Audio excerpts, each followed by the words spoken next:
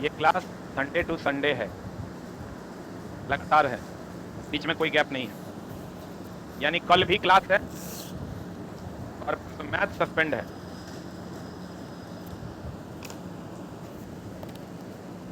आ जाओ इधर। हम लोग कल थे हीट चैप्टर पे ना, हीट एंड टेम्परेचर। आ जाओ इधर। हम लोग दोस्त मेरे क्या पढ़े हैं कि कल की क्लास में हमने क्या पढ़ा था, याद कीजिए कि जल का आयतन कितने डिग्री सी पर अधिकतम था? 4 डिग्री सी पर। कितना डिग्री सी पर आयतन न्यूनतम था? आयतन और इधर क्या था? ताप। आयतन कितना डिग्री सी पर न्यूनतम था? 4 डिग्री। और घनत्व तो कितना पर महत्तम था? कितना पर? 4 डिग्री सी पर घनत्व तो क्या था? क्या था? महत्तम था। घनत्व तो 4 डिग्री सी पर क्या था? महत्तम था। ध्यान देना, आयतन कितना डिग्री सी पर न्यूनतम? 4 डिग्री। और घनत्व तो कितना डिग्री सी पर महत्तम? 4 डिग्री सी। डिग्री सी पर ना, तो लड़का को जैसे मिलता है H2O का अधिकतम घनत्व कहता है 4 डिग्री फ़ारेनहाइट। आंसर। ये मामला हो जाता है चला गड़बड़, क्योंकि यहाँ फ़ारेनहाइट है और यहाँ क्या है? Degree C. अब 4 डिग्री घनत्व तो महत्तम होता है, अधिकतम होता है 4 डिग्री सी पर, लेकिन 4 डिग्री सी है। यहाँ ऑप्शन में क्या दे दिया? 4 डिग्री फ़ारेनहाइट। तो आपको बदलना होगा। बदलने के लिए फॉर्मूला लगाना होगा T - 0 बटा 100 - 0 F - 32 बटा 212 - 32। और यहाँ डिग्री सी के जगह पर 4 देना होगा। 4 - 0 है तो 4 बटा 100 बराबर F - 32 बटा 180। 1 0 1 0 गया। बोला रे 18 चौका 72 F बराबर कितना आ जाएगा? 39.2 डिग्री फ़ारेनहाइट। यहाँ आंसर ये होगा ना कि ये होगा। समझ में आया कि नहीं? जल्दी से लिख। हड़बड़ा के मारिएगा तो कितना डिग्री से मार दीजिएगा? 4 डिग्री से।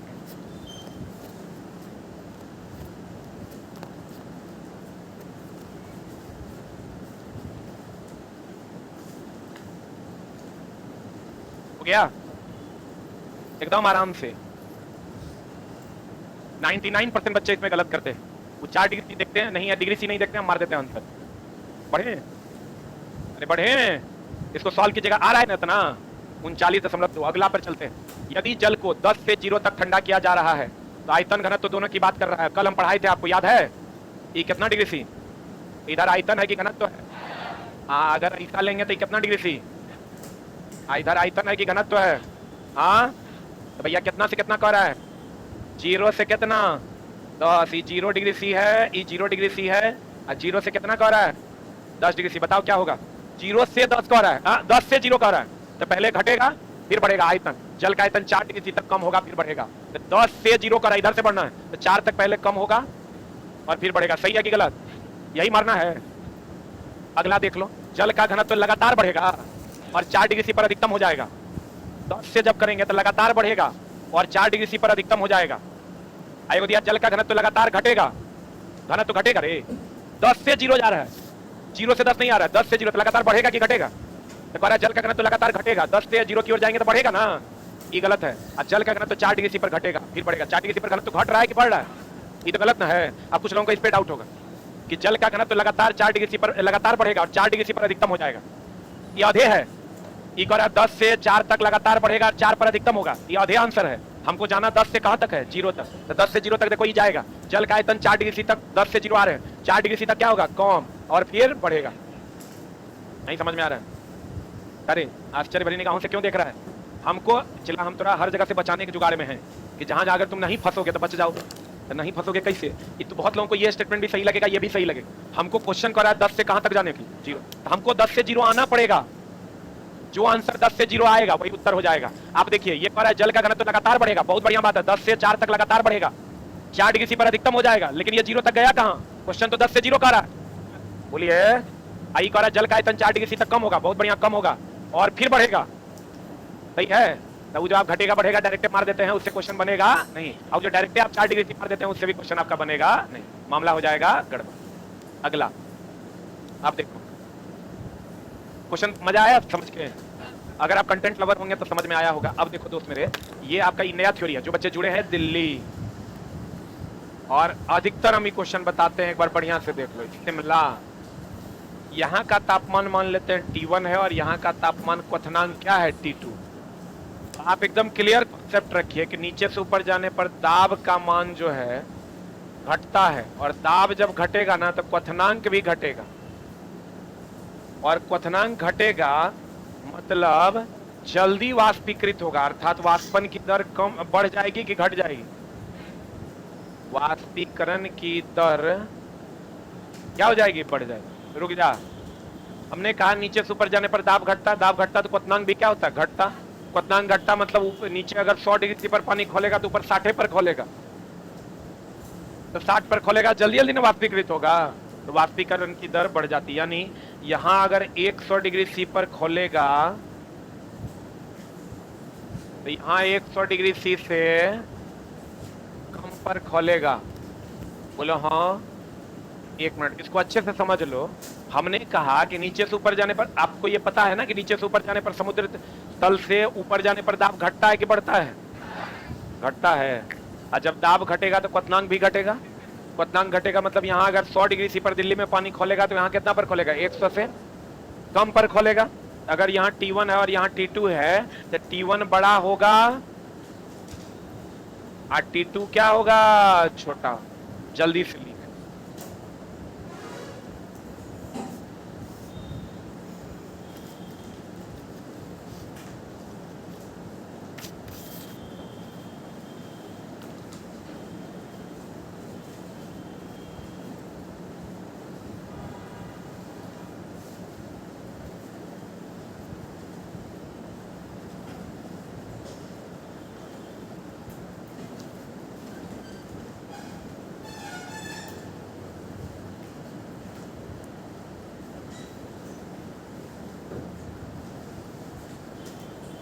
गया? एकदम आराम से चला। सीखने के दृष्टिकोण से भी हम दिए, पता चला खूब चला किए 10 दिन 10 कक्षा, सीखे कुछ नहीं, तो फिर बच्चा मेरे पास आएगा, फिर बुलाएंगे तो नहीं आएगा। इसलिए बढ़िया से सिखा देंगे तो फिर बुलाएंगे, फिर आएगा, फिर पढ़ेगा।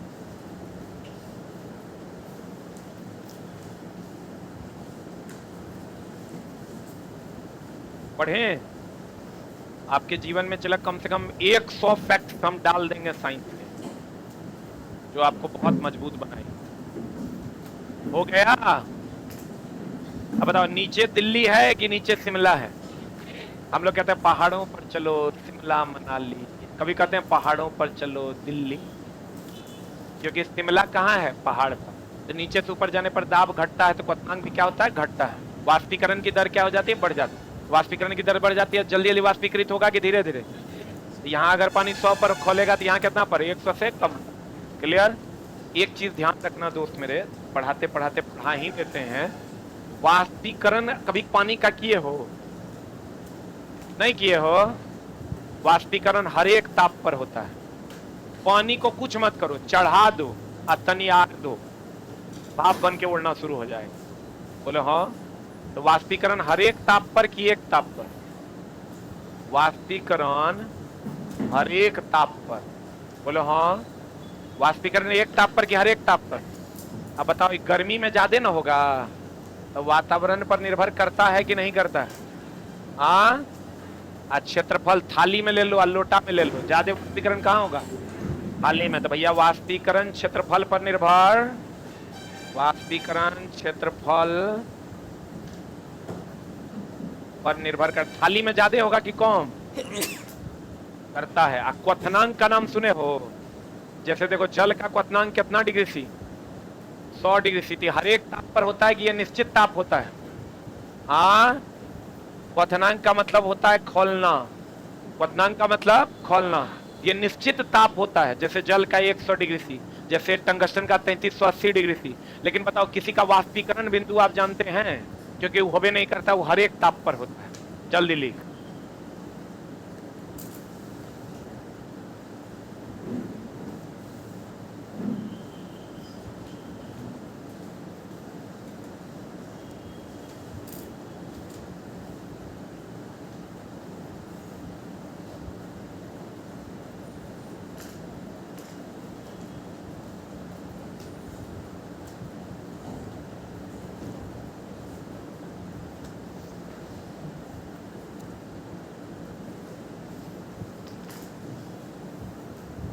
हो गया?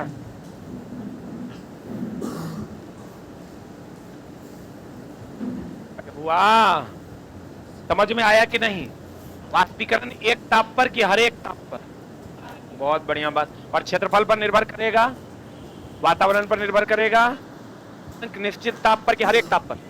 निश्चित ताप पर। बहुत बढ़िया। अब यहाँ देख लीजिए क्या है, यदि दिल्ली T1 है, ये देखिए दिल्ली क्या है, T1, शिमला का क्वथनांक, और T2 शिमला का पानी का क्वथनांक है, तो बताइए आंसर क्या हो जाएगा, T1 बड़ा कि T2 बड़ा? T1 100 डिग्री सी अगर यहाँ होगा तो 100 से कम यहाँ होगा, T2 छोटा। आंसर बता दीजिए क्या हो जाएगा? बी पर बॉल ना। अगले में चलें। अगला प्रश्न आपके स्क्रीन पर यह है, वह ताप, क्वेश्चन ने चला अजीबोगरीब पूछ दिया था 2014 में। क्वेश्चन था, वह ताप जिस पर वायु के दिए गए आयतन में वास्तव में उपस्थित वाष्प द्वारा यह वायु संतृप्त हो जाती है, इसी को कहते हैं हम ओस बिंदु। अब देखो क्या है, वह ताप जिस पर वायु के दिए गए आयतन में वास्तव में उपस्थित वाष्पन द्वारा वायु संतृप्त हो जाती है, अर्थात वायु द्रव में बदल जाती है। वायु किसमें बदल जाती है? अभी देखो ओस क्या होता है, जब वातावरण की वायु ठंडे के मौसम में ठंडा होकर पानी का रूप ले लेती है, उसी को हम लोग क्या कहते हैं, ओस।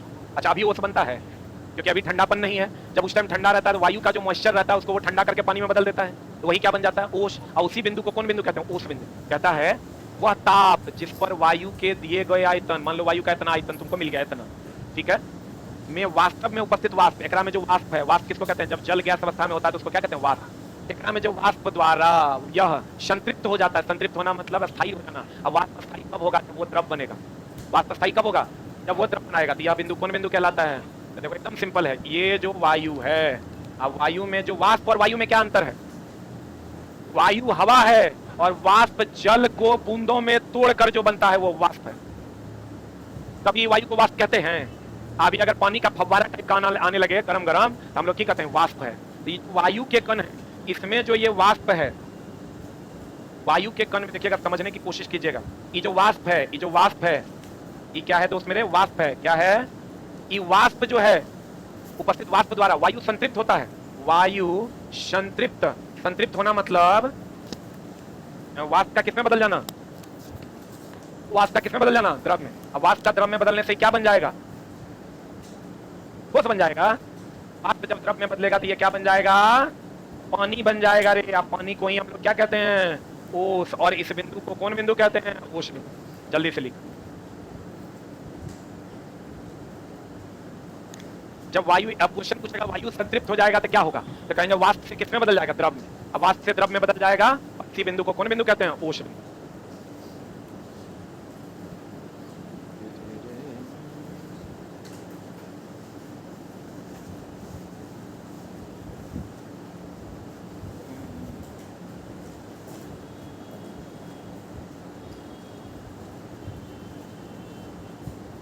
एक बार न्यूमेरिकल का सीरीज लाइए, आएगा दोस्त, वो भी आएगा। हो गया। हम एग्जाम से पहले हर वो चीज पढ़ा देंगे जिसके कारण मेरे ऊपर कोई इल्जाम न, तो लड़का कहेगा रियल राजा बना ही रे तू, क्वेश्चन बना ना हो तो बात। हो गया। लड़का चलाओ 2 मिनट नहीं लगता उसको गरियाने में। अब बात भी उचित है, जब हम ओकरा कह रहे हैं कि हम रिस्क लिए हैं तो मेरा कर्तव्य है कि हम उसको पढ़ा दें, और नहीं पढ़ाएं तो पूरा कर्तव्य हमारा खाली दें, क्योंकि नहीं तो हम रिस्क नहीं, हम ही कह दें कि भैया तुम जानो, थोड़ा जहाँ पढ़ना पढ़ो, हम ये पढ़ाएंगे, अगर पैसा लेंगे ये पढ़ाएंगे, नहीं पढ़ाएंगे। हम तो बच्चा थोड़ा ये कह रहे हैं कि तुम्हारा सारा जिम्मेवारी साइंस के हमारे कैसे होगा, जे जे तुम्हारा बच्चा है सब के आगे हमारा नाम लिख दो, झा सर परीक्षा से पहले ही पढ़ा देंगे, हमारा दूसरा चीज पढ़ना है, तू नहीं पढ़ो। जे जे थोड़ा साइंस में लगता है ना कि है ही हमारा बचल है, ओकरा टॉपिक लिखो, ओकर नाम हमारे आगे में हमारा नाम लिख देना। तो लगता है पीरियोडिक टेबल कैसे होगा तो हमारा नाम लिख देना, आगे आएगा, ठीक ना। बाकी दोस्तों सब्जेक्ट पढ़ो, बाकी की टेंशन पर आप छोड़ दो, थोड़ा जो बनता है उसको बनाओ, बाकी को छोड़ दो। अगला देखो, ये भी क्वेश्चन बड़ा सुंदर है, हमको लगता है रेलवे का पूछा गया अभी तक का सबसे बेहतरीन क्वेश्चन में से एक है। अभी क्या कहता है, ऊष्मागतिकी का शून्यवान नियम है। ऊष्मागतिकी का क्या है, शून्यवान नियम है। आप कहिएगा ऊष्मागतिकी का शून्यवान नियम क्या है। एक मेरे दोस्त मेरे बार बार कहते हैं क्वेश्चन को बना लेना, क्वेश्चन को टाइम से सही बना लेना, दोनों में अंतर है। तुम क्वेश्चन को बना लोगे उससे नौकरी नहीं होना है, क्वेश्चन टाइम से सही बना लो नौकरी हो जाएगा। कहते हैं ऊष्मागतिकी का शून्यवान नियम तब जानता है कि अगर ए का ताप किसके बराबर हो, बी के ताप, और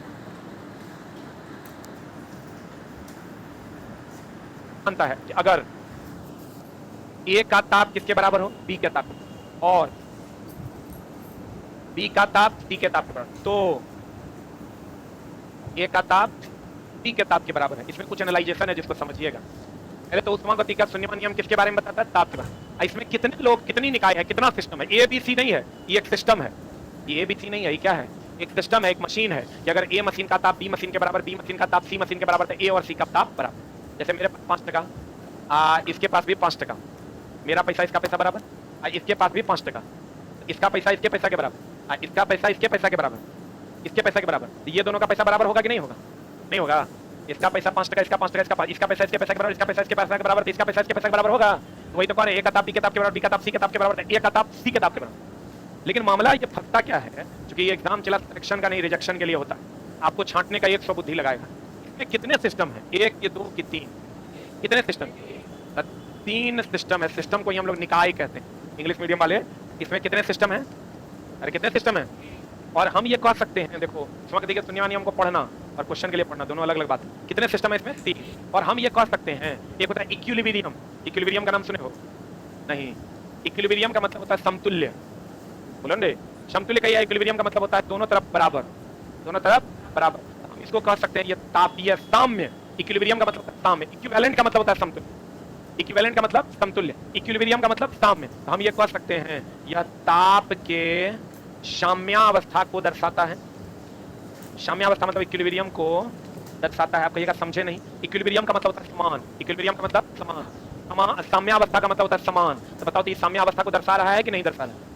मेरा पैसा उसके पैसा के बराबर, उसका पैसा उसके पैसा के बराबर, तो हम लोग आपस में साम्यावस्था में हुए कि नहीं हुए? तो कहेगा उष्मागतिकी का शून्यवान नियम किस अवस्था को बताता है? साम्यावस्था को। किसके बारे में बताता है? ताप के साम्यावस्था। कितने निकाय है? 3। क्लियर है? इसको लिख लो।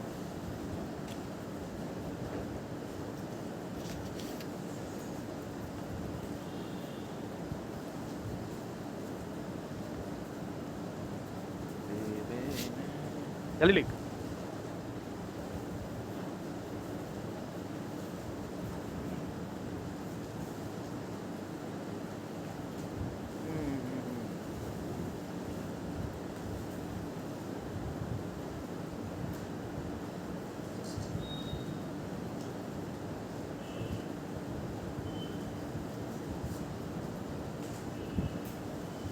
जहाँ गैप दिए हैं उसका भी उपयोग कीजिए। हाँ, रेगुलर ही रहने दें। वाह, जितना उच्च विचार लाता कहाँ से? पिछला में की लगता है कि मतलब कुछ टिक टिका दिया तो तरफ हो गया। अब आ जाओ तो उसमें कितने सिस्टम होंगे? कितने? सब एक दूसरे से साम्यावस्था में होगा। बहुत बढ़िया बात। अब पढ़ो। ऊष्मागतिकी का शून्यवान नियम यह बताता है 2 प्रणालियां। अब देखो इसमें भी झोल है। 2 प्रणाली तीसरे के साथ इक्विलिब्रियम है। जैसे मैं और ये, तब तुम। अगर कहें तो हम दोनों तुम्हारे लिए हैं। जैसे आपको हमको कहते मेरे मम्मी पापा कि माँ और पिता 2 बेटा, अगर वो दोनों है तो हम हैं।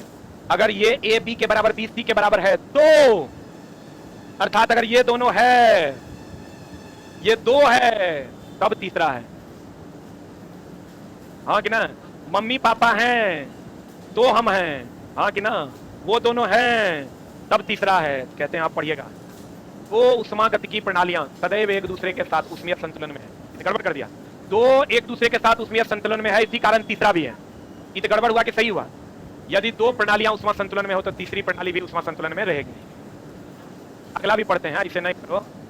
फिर कहता है यदि 2 प्रणालियां तीसरी प्रणाली के साथ ऊष्मीय संतुलन में नहीं है, तो गया बुरा में। यदि 2 प्रणालियां तीसरी प्रणाली के साथ ऊष्मीय संतुलन में हो तो वो एक दूसरे के साथ उष्मा संतुलन में होगी। जब ये 2 प्रणालियां आपस में ऊष्मीय संतुलन में हो तो तीसरी सब एक दूसरे के साथ ऊष्मीय संतुलन में हो।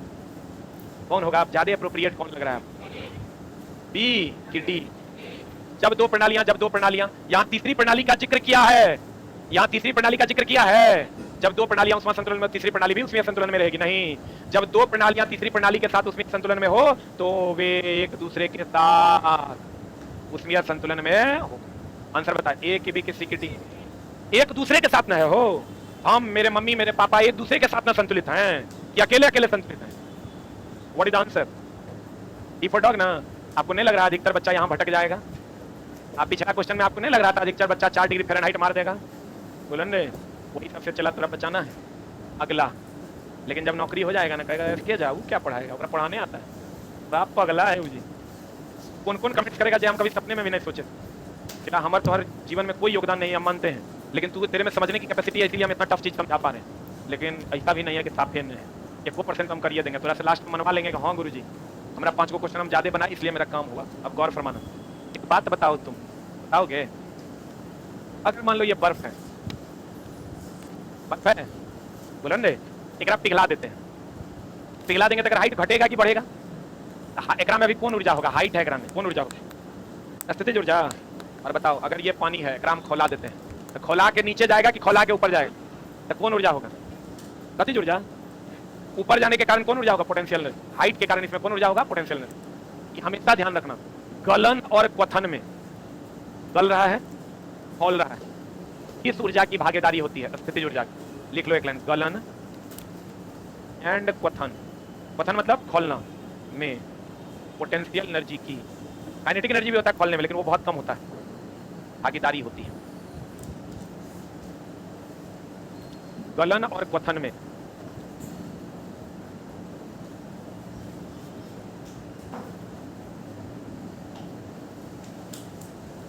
वो लड़का लिखता है, पागल कई प्रकार के होते हैं, आपके जैसे पागल की जरूरत है sir. I also want to be a पागल लाइक यू। वाह क्या बात है। लेकिन ये पागल बनने के लिए मेहनत करना होगा। तो अगर मेहनत करना है, चला सब कभी पगला है, समझ लो तू अपने जीवन में आगे बढ़ रहा है। पगला है कभी मतलब नहीं एक नंगे घूमने लगना। अब देखो, गलन एवं क्वथन में पदार्थ के अणुओं की कौन सी ऊर्जा होती है? कौन ऊर्जा? सही है, गलन एवं क्वथन में कौन सी ऊर्जा होती है? कौन ऊर्जा होती है?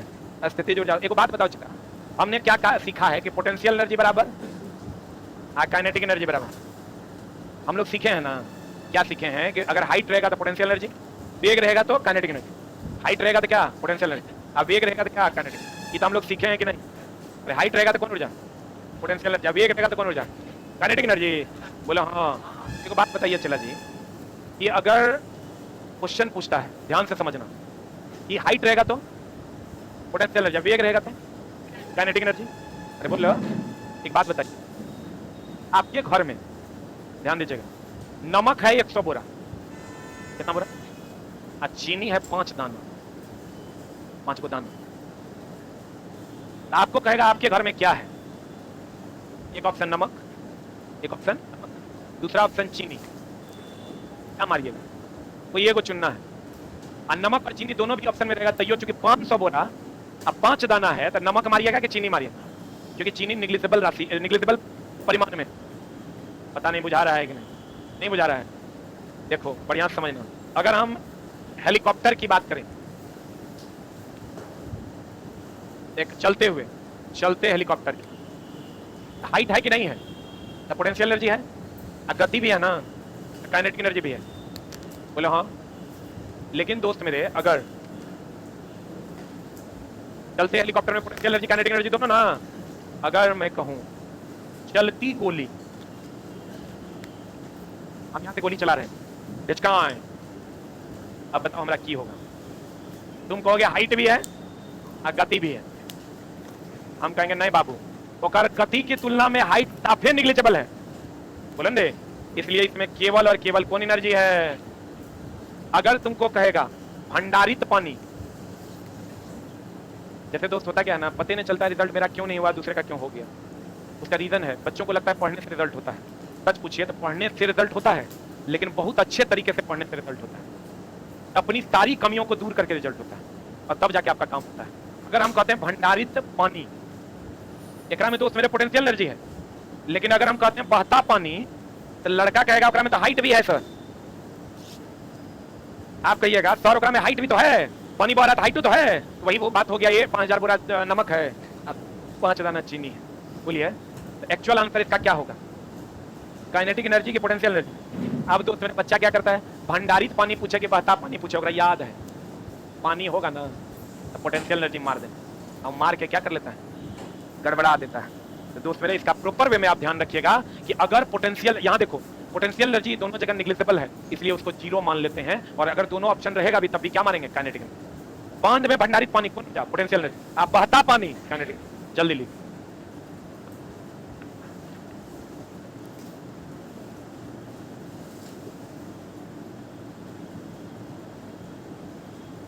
इंटर ITI साथ में किया, ठीक है, काम तो कर लिया। इंटर ITI साथ में क्या सिर्फ ITI की डिग्री लगाओ? बोले तो पानी जब वाष्प बनेगा, आपको कहेगा क्वथन, क्वथन का मतलब वाष्पीकरण नहीं है, पीछे अभी जस्ट पढ़ाए हम। क्वथन और वाष्पीकरण दोनों अलग अलग।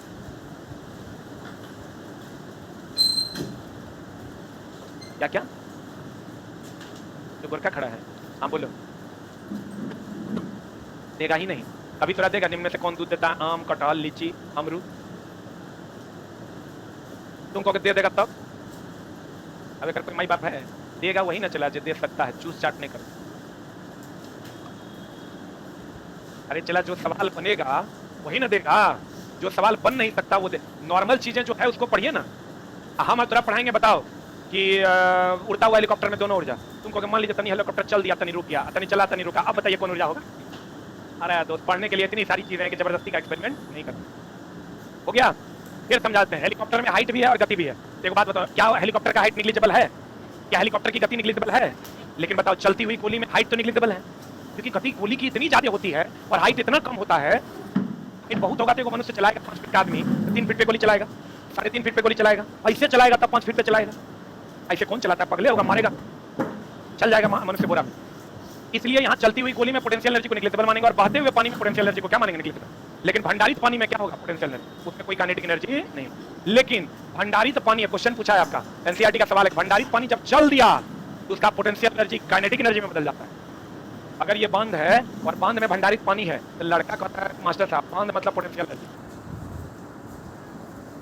पानी पेनस्टॉक के माध्यम से जाता है तो यही पोटेंशियल एनर्जी किसमें बदल जाता है?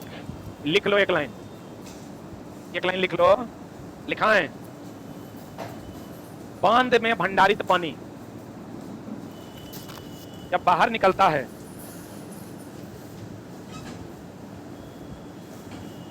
बांध में भंडारित पानी जब बाहर निकलता है तो स्थितिज ऊर्जा गतिज ऊर्जा में बदल जाती। तो स्थितिज ऊर्जा बदल जाती, गतिज ऊर्जा में बदल जाती। तो स्थितिज ऊर्जा किसमें बदल जाती है? गतिज। क्लियर है? अगला बताओ, ये तो सब मार देगा। ऊनी कपड़ा शरीर को गर्म रखता है क्योंकि वो गर्मी देता है कि लेता है? देता है। ये ऊनी कपड़ा अगर आप पहनते हैं ना दोस्त, ये गर्मी देता लेता नहीं है। आपके शरीर का ताप जो होता है ना वो 37 डिग्री सी है। कितना है? तुम बताओ, अभी रूम का टेम्परेचर 37-38 डिग्री सी। ठंड के टाइम में बाहर का टेम्परेचर जब 5 डिग्री सी 10 डिग्री सी हो जाता है तो उच्च ताप से निम्न ताप में उष्मा का प्रवाह ना हो सके, इसके लिए हम लोग ऊनी वस्त्र पहनते हैं। और ऊनी वस्त्र उष्मा का क्या है? सुचालक। ये उष्मा देता नहीं है, लेता भी नहीं है, उष्मा को बाहर जाने से रोकता है। और यह उष्मा का क्या है? कुचालक। लिख लो, ऊनी वस्त्र, ऊनी वस्त्र उष्मा का कुचालक है, इसलिए यह शरीर की उष्मा को बाहर जाने से रोका है। शरीर की उष्मा को बाहर जाने से रोका है। अच्छा लिख दिया, रोका है। या ऊनी वस्त्र उष्मा न देता है न लेता है। नेक्स्ट पॉइंट, ऊनी वस्त्र न उष्मा देता है न लेता है। हड़बड़ा के नहीं मारना चला है, नॉर्मल क्वेश्चन भी गलती होता है। इसका आंसर बताओ। ऊनी कपड़े शरीर को जाड़े में गर्म रखते हैं, क्यों? क्यों रे? शरीर को गर्म क्यों रखते हैं? क्योंकि ऊन उष्मा का कुचालक है कि सुचालक है? ऊन शरीर के तापमान को बढ़ा देता है, घटा देता है। आंसर क्या होगा? ए। ऊन उष्मा का क्या है? क्या है? कुचालक। क्लियर है? बोलो ना रे। हाँ, पर्वत से गिरते हुए पानी में दोनों ऊर्जा हो, पोटेंशियल भी और काइनेटिक। हाँ, छत पर लड़का दौड़ेगा तो हाइट भी है गति भी है, दोनों ऊर्जा हो। इतना हम पढ़ाएं, काहे पूछ रहा है? जबरदस्ती प्रतिष्ठा बचाने के चक्कर में वो क्वेश्चन ने पूछ लो। छत पर लड़का दौड़ेगा तो हाइट भी है गति भी है। चला जो अपवादित था वो हम थोड़ा पढ़ा दी, चेकरा में फंसेगा तू। छोड़ो, उतना झोल झाल नहीं करना। गोली अब बहता पानी काइनेटिक एनर्जी, बाकी सब जगह हाइट है तो पोटेंशियल एनर्जी, वेग है तो गतिज ऊर्जा, दोनों है तो दोनों ऊर्जा, और दोनों में से कोई नहीं है तो कोई ऊर्जा। अपवाद दुए को है, चलती हुई गोली में कौन ऊर्जा? Kinetic energy. अब बहते हुए पानी में कौन ऊर्जा? Kinetic energy. चलती हुई गोली काइनेटिक एनर्जी, बहते हुए पानी काइनेटिक एनर्जी, चलती हुई गोली काइनेटिक एनर्जी, बहता हुआ पानी काइनेटिक एनर्जी। बाकी सब जगह जहां हाइट है पोटेंशियल एनर्जी, जहां वेग है गतिज ऊर्जा, दोनों है दोनों ऊर्जा, दोनों में से कुछ नहीं कोई ऊर्जा। मान लो जमीन पर रखा हुआ पत्थर, ना हाइट है ना गति है, कोई ऊर्जा होगा? Thank you very much. आ जाइए सर। है चुप चुट्टा, एक कहना किया देख लो। कोई आदमी 5 मंजिला से गोली चला रहा है, तो हाइट होगा। एक पर एक एक्सपेरिमेंट वाला बच्चा। चला, तुमको 2.25 घंटा का रेगुलर डोज है, बीच में कोई गैप नहीं है, ठीक है। आप मूतने के लिए भी नहीं उठ सकते। Thank you. और एक बार हमारी टीम के लिए जोरदार ताली बजाओ।